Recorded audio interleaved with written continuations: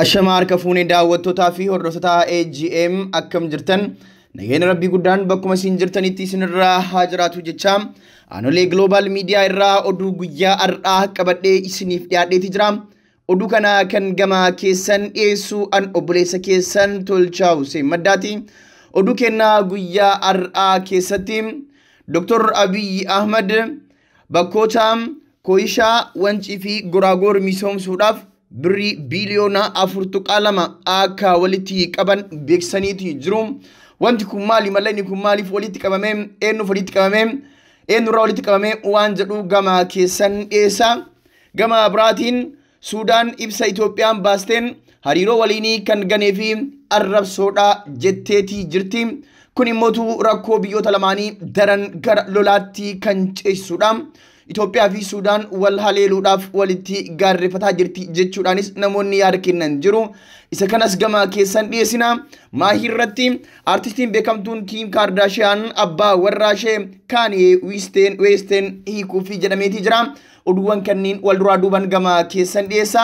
Tamsaasni keenya idilee guyyaa guyyaan AGM irraa isiniif darbu bifa salphaa ta'een akka isin bira ga'uuf warroonni channel keenyaa subscribe godhin channel keenyaa subscribe gochuudhaan miseensa maatii keenyaa ta'a jecha amma kallattimaan gara odeeffannoo guyyaa irraa qabadhee dhufeetti isin taasisa. Itoophiyaanota biyya keessaa fi biyya alaatti sagantaan irbaata biyyaaf akka dhugoomu gumaachitan hundaaf galata guddaa dhiyeessaa jedhe Dr. Abiy Ahmed. Birrii biliyoona 3 walitti qabu karoorfannee waa'een kana eegalle.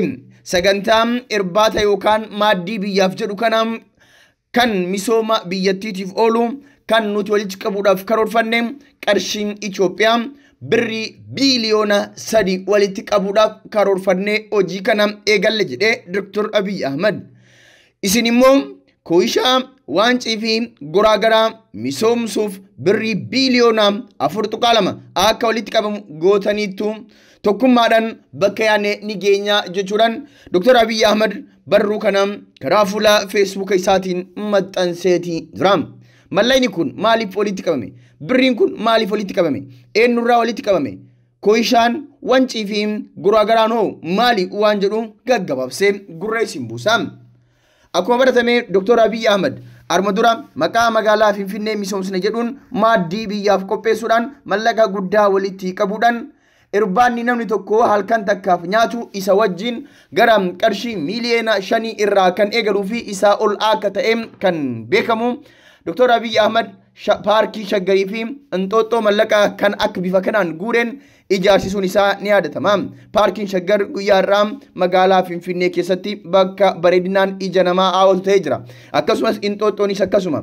Abiy Ahmed isa san milkaa'ee jennaan itti aansuudhaan ammallee Koishaa, Wancii fi Goraagara misoomsuu qaba jechuudhaan paarlamaan baay'ata kan osoo hin gaafatiin sagantaa irbaata biyyaaf yookaan maaddii biyyaaf gabataa lahagar jedhu qopheessuudhaan abbootii qabeenyaa irraa mallaqa walitti qabuudhaan abbootiin qabeenyaa kun mallaqa kan kennan irbaata muummicha ministeeraa wajjin nyaachuufi namni tokko qarshii miliyoona 5, miliyoona 10, miliyoona 3 ol haga'uun isaa danda'ee arjoomuudhaan mallaqa kana biyyaaf arjoomee irbaata harkan takkitti Dr. Abiy wajjin nyaatee qarshii miliyoona 5 irraa kaasee sanii ol kafala.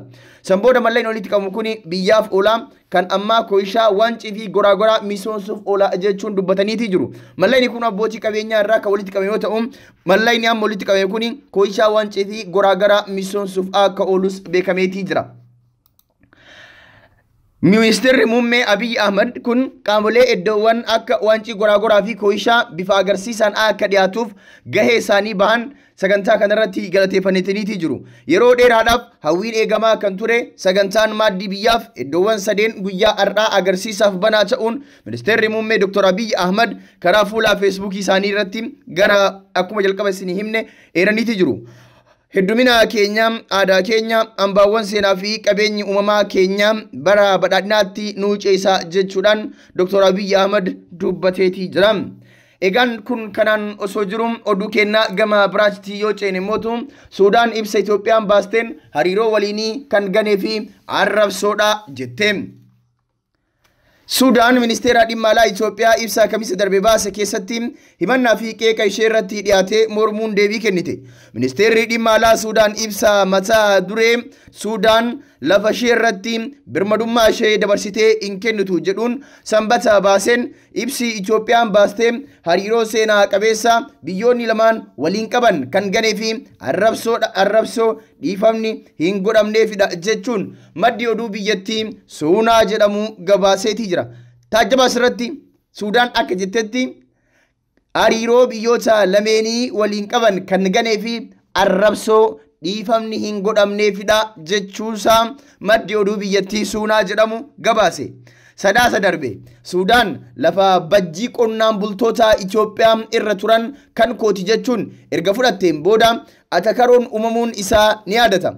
Waldhabdeen daangaa biyyoota lamaan gidduutti uumame kun ji'oota kan lakkoofse yoo ta'u Itoophiyaan ibsa cimaa baasteen humna waraana Suudaan biyyoonni lamaan sababa daangaatiin gara walloluutti akka seenaniif dubbii ammeessuun kaayyoo qaama sadaffaa ergama jira jechuun himattee turte. Suudaan gama isheetiin ibsa Itoophiyaan baaste kana kan Suudaaniin xiqqeesse fi arrabsoo dhiifamni hin godhamneefidha jechuun balaaleffatte. Ibsi Suudaan baaste kun hariiroo seenaa qabeessa biyyoota lamaan gidduu ture eeruun hariiroo kana itti fufsiisuuf nageenya tasgabbii misoomsaa dinagdee uummata biyyoota lamaaniif taasisuuf fedhii guddaa akka qabdu mul'iseera. Maddi dhimma daangaa irratti biyyoota lamaan gidduutti uumame tasgabbeessuuf rakkoo kanaaf fala barbaaduu fi jilli gamtaa Afrikaa beekamtii aangaa'ota Itoophiyaa argate tokko kaartumaa akka jiru ibsi Suudaan kun dabalee eereetii jira. Ibsi Suudaan baatii kun naannoo daangaa wal falmisiisaa ta'e lafa Suudaan ta'uu cimsee ibsuun Itoophiyaan dhimmicha gara qaxanaa fi idila addunyaatti illee geessuu dandeessi jedheera. Itoophiyaan ammoo ibsi kamisaa darbeetiin walitti bu'iinsi kamiyyuu nageenya biyyoota lamaanii kan miidhu miidhaa guddaa kan qaqqabsiisudha jetteetii jirti. Damee humna waraanaa Suudaaniin walitti bu'iinsi afarfamaa jiru uummata Suudaaniin miidhanii fedhii qaama sadaffaa galmaan ga'uudha jechuun himateera. Ibsi Itoophiyaan baastee ture kun akka Itoophiyaan jettutti karaawwan gaafilee daangaa ittiin furamuu danda'an ga'aan jiraatanillee humni waraana Suudaan seera idil addunyaa cabsuudhaan Itoophiyaa weeraraniitii jiru. Dabalataan ammoo faallaa miira michummaa fi jaalala biyyoota lamaan gidduu jiru loltoonni Suudaan qabeenya saamaniiru, kaampii gubaniiru, lammiileen Itoophiyaa kumaatamaan lakkaa'aman akka buqqaan taasisuun kaampiiwwan waraana Itoophiyaa qullaa turan to'ataniiru jechuun himatte. Itoophiyaan Suudaan gama isheetiin ji'a gurraandhalaa kana keessa loltoonni Itoophiyaa daangaa koo cabsanii seenuun weerara anarratti gaggeessaniiru jechuun karaa ministeera dhimma alaa isheetiin himachuu ishee ni yaadatama. Aangaa'onni olaanoon biyyoota lamaanii sababa wal dhabdee daangaatiin gara lolaatti akka hin seenne irra deddeebiin kan ibsan yommuu ta'u haalli naannoo daangaa jiru garuu muddama keessaa ta'uu jiraattonni naannichaa ni dubbatu. Torbaan darbe keessa Suudaan ambaasaadara ishee Finfinnee jiran mariidhaaf jechuun waamuun ishee kan gabaafame yoo ta'u kunis dhimma rakkoo daangaa waliin kan wal qabate ta'uu wanti beekame hin jiru. Suudaan sadaasa darbe naannoowwan daangaa sanaa hedduu baroota dheeraatiif kan kooti jechaa turte loltoota ishee itti bobbaasuun kan to'atte yoo ta'u aangaa'onni biyyattiis lafti isaan to'annoo isaanii jala galfatan qaama lafa seera qabeessa biyyattii ta'uu himu. Tarkaanfii Suudaan hordofee Itoophiyaan abbummaan lafa naannoo daangaa kan gara bakka duraan tureetti akka deebi'uuf biyyoonni lamaanis rakkoo uumame karaa komishinii daangaa duraan jalqabamee ture mariidhaan akka furamuu qabu irra deddeebiin gaafachuun ishee ni yaadatama. Egaan daawwattoota fi hordoftoota keenya kabajamoo odeeffannoon keenya kanumaan goolabna. Odeeffannoowwan hafan oduuwwan itti aanan wajji qabannee kan isiniif dhufnu ta'a.